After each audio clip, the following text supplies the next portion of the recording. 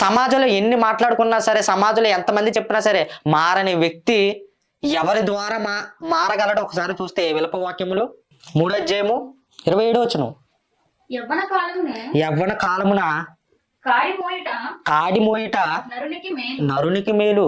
యవ్వన కాలమందు, యవ్వన దశలో, యవ్వన వయసులో ఏం చెయ్యాలి? నువ్వు ఆధ్యాత్మిక జీవితంలోకి నువ్వు ప్రవేశించాలి, ఆధ్యాత్మికతలో ఉండాలి, దేవుడికి ఒక సంబంధంగా నువ్వు ఉండాలి, దేవుడితో తోడుగా ఉండాలి నువ్వు.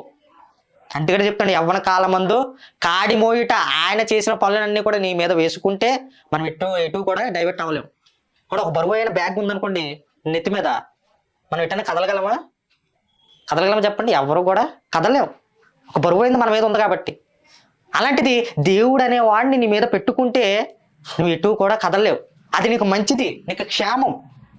ఎవరైతే యవనస్తులు చెడిపోతున్నారో వారందరికీ కూడా చెబుతున్న మాట ఏంటంటే, దేవుడు మీరు యవ్వన కాలమందు నా కాడిని మొయ్యండి, నన్ను స్వీకరించండి, నా పనుల మీద ఉండండి, నేను ఎలాగైతే మంచిగా ప్రవర్తించానో, మంచిగా నా గుణాలు ఉన్నాయో అలాగే మీరు సమాజంలో వ్యక్తపరచండి అని దేవుడు చెప్తున్నాడు. ఎంత బాగుంది అంటే, ఇప్పుడు మన భారతదేశంలోని 38 కోట్ల మంది యవనస్తులు ఉన్నప్పుడు వారందరికీ కూడా ఇది తెలియజేయాలా లేదా? ఎంత యవన బలం ఉంది మన దగ్గర. మరి వారందరికీ కూడా మార్పు ఎలాగా? దేవుడితోనే సాధ్యం. ఎవరి వల్ల కూడా సాధ్యం కానిది దేవుడి వల్లే సాధ్యం అవుతుంది. ఏమండి, చాలా మంది స్నేహితులు ఉంటారు, యవనస్తులు చాలా ఎక్కువ మంది ఉంటారు. ఒక కష్టం రానివ్వండి అందరూ కూడా విడిచిపెట్టి వెళ్ళిపోతారు. అదే సంతోష సమయంలో వస్తారు. ఏమన్నా తాగాలనుకోండి, మద్యం తాగాలి, అప్పుడు డబ్బులు ఉన్నాయి, మద్యం తెచ్చుకుంటాడు, ఫోన్ చేస్తాడు, వెంటనే వస్తారు. వాడు కష్టాల్లో ఉన్నాడు, ఆర్థిక ఇబ్బందులు ఉన్నాయి, వెంటనే ఫోన్ చేయమనండి, వస్తాడేమో. ఎవడన్నా ఒకడన్నా వస్తాడేమో చూడండి, ఎవడో రాడు.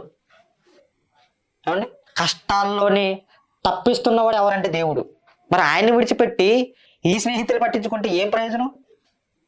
మన సుఖంగా ఉన్నప్పుడు వీళ్ళు ఉంటారు అంతే, మన దగ్గర డబ్బు ఉన్నప్పుడు వీళ్ళు ఉంటారు అంతే. ఏమండి ఒక కాలేజీ దశకు వెళ్ళేటప్పటికి అన్ని అలవాట్లు అయిపోతున్నాయి. కారణం, వాడు మంచిగానే ఉంటున్నాడు ఫస్ట్లో, తర్వాత ఎంటర్ అయ్యేటప్పటికి ఒకటి నుంచి అలా అలవాటు చేసుకుంటూ వస్తారు. ఒక మద్యం కానివ్వండి, సిగరెట్ కానివ్వండి. ఏమండి, ఈ మధ్య అమ్మాయిలు కూడా ట్రెండ్ అయిపోయింది. అమ్మాయిలు కూడా తాగుతున్నారు, అమ్మాయిలు కూడా కాలుస్తున్నారు. మగవాళ్ళతో మాకేంటి, వాళ్ళ తాగుతుంగా మేమెందుకు తాగకూడదు అని వాళ్ళతో పోటీగా తాగుతున్నారు ఇప్పుడు ఈ మధ్య ట్రెండ్. ఏమండి, వస్త్రాలు చూడండి ఎలా ఉన్నాయి పరిస్థితులు.